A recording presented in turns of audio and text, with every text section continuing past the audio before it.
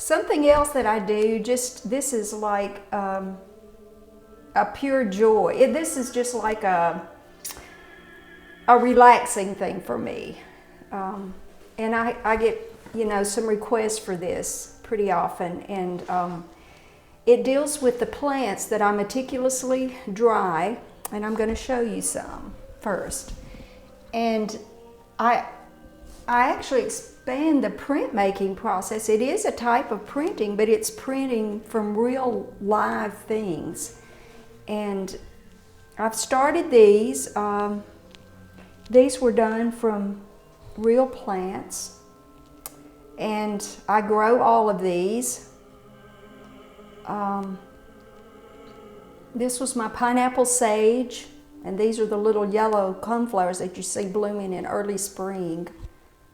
And these are a type of sage, Veronica sage, I think that's what you call it.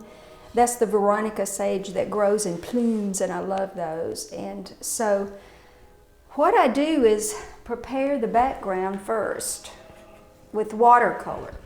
And I'll show you how I process the plants to use. And this takes a little time, but I still do. I think I'll lay it right here. Let me just move these. Okay,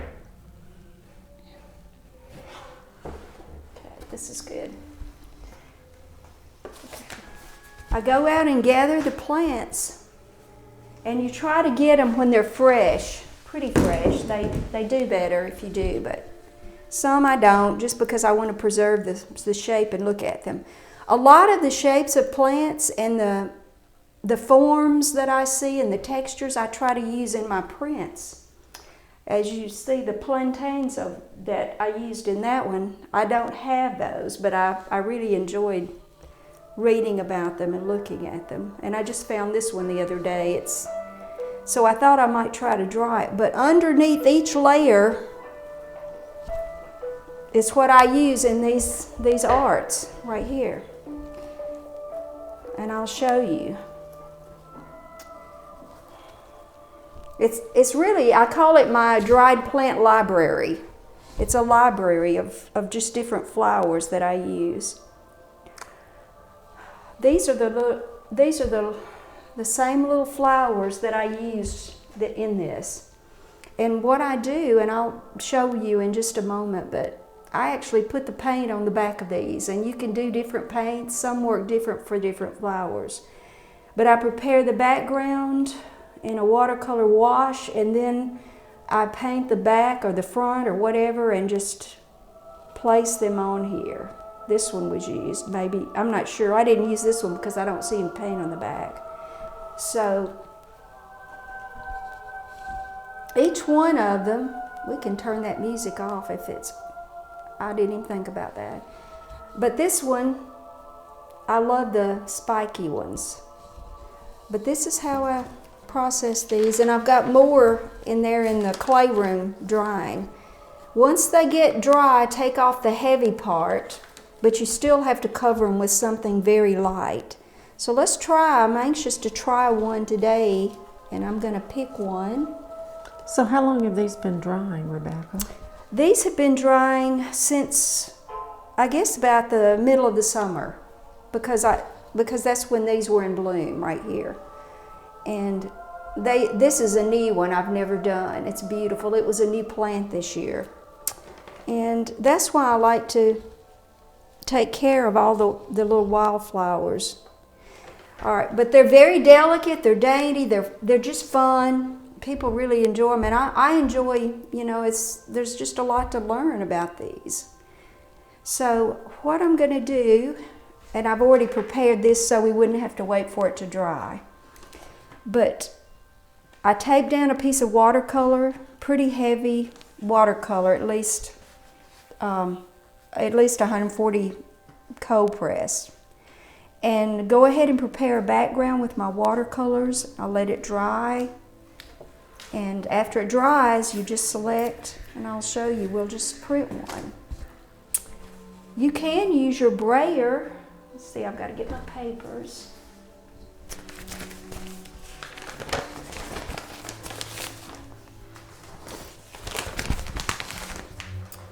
let's just choose. I'm looking at the height of the paper, so I think we'll try this. We'll just try this one.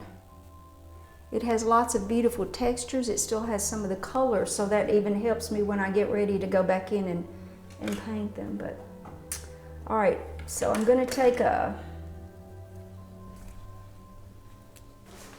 paper.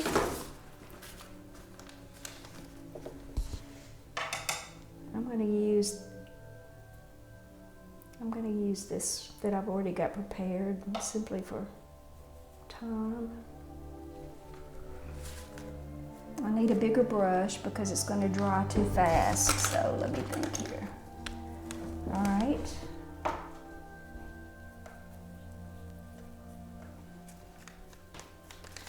All I do, I just brush it on. That's why I'm saying it's just kind of really a lot of fun. And you know you're actually creating from something that was alive, and you actually have the structure of the plant itself for people to make reference to, and there's lots of things about them sometimes that are really nice too.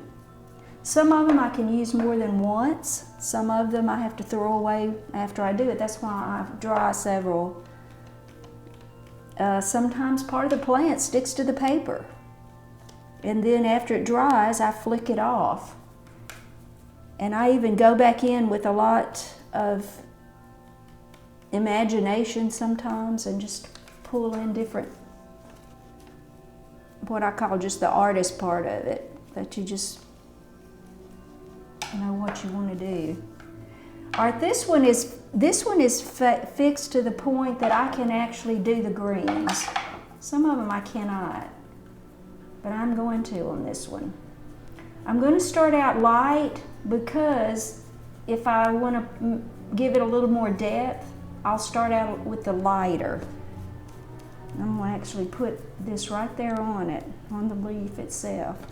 If there's something you want to pick off, you can at this point, if you think it's going to obstruct. Okay. I've already got a lot of colors mixed that I use a good bit. There's the light. I love that green right there. And I use acrylic sometimes. Acrylic it works different from watercolor, but this is washier and I like it. I like the washy part. Okay, I'm going to give this one more real quick. One more, just stab that. All right, we're ready. Let's see what we get. Here we go. So I'm going to place it on the paper. I don't want it to go straight up. And put this down over it.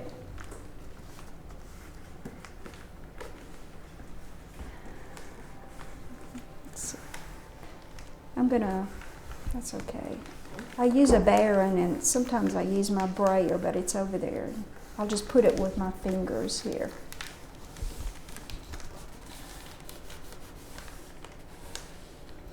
The looseness of this and the true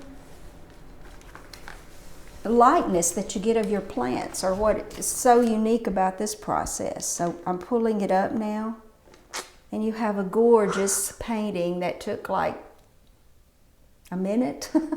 Voila. So this, now I've learned that this is a good plant. This works really well. I'm sitting here trying to think what this is. I can't think of the name of it. Is it salvia?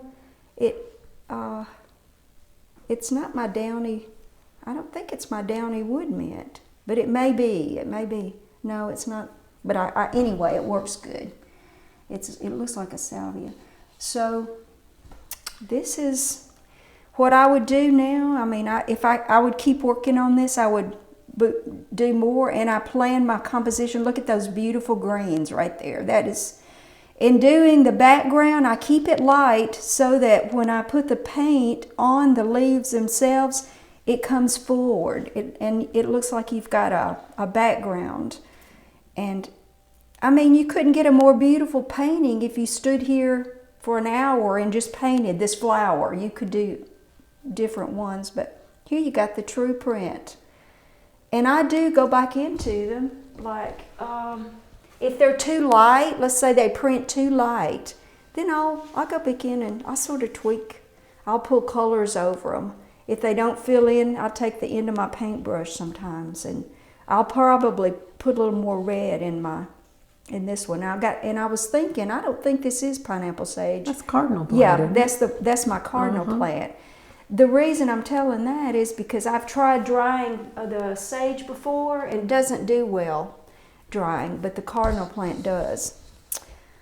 And when I frame these up, I'll take the tape off after I get this one done, and we can see some more if you want, but a nice frame around this. And someone has asked me for 3 the same size, and they want them framed just alike so they can hang them. So I'm doing that, and then this is for another person here. Wonderful. What do you call this process? I call it flower printing. I guess I don't know what else you're actually putting the paint on the flower itself, and it's I think she invented that. This up? I don't know if other people do it or not. I just I haven't even researched it.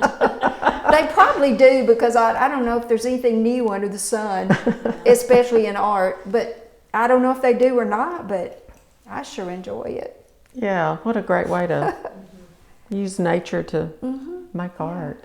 Because I didn't research this or see it from anybody, but then I started experimenting with which paints look the best. And I've used printmaking ink. Acrylic dries too fast. No, I mean, it absorbs. Some things will absorb into your plant cells before you can get it done. Some plants actually work better live. You can go get them, and you can do them live. But the reason I dry them, you see, is because they're flat. Yeah. And when they're all puffy, you can't manage them. But once they're dry, you can paint them so well. And then go back in and do your own thing with it. Like, that's when I enjoy sitting down and say, well, I need a little bit of something more here. And I enjoy arranging the compositions to make them look like they're actually really out in the field.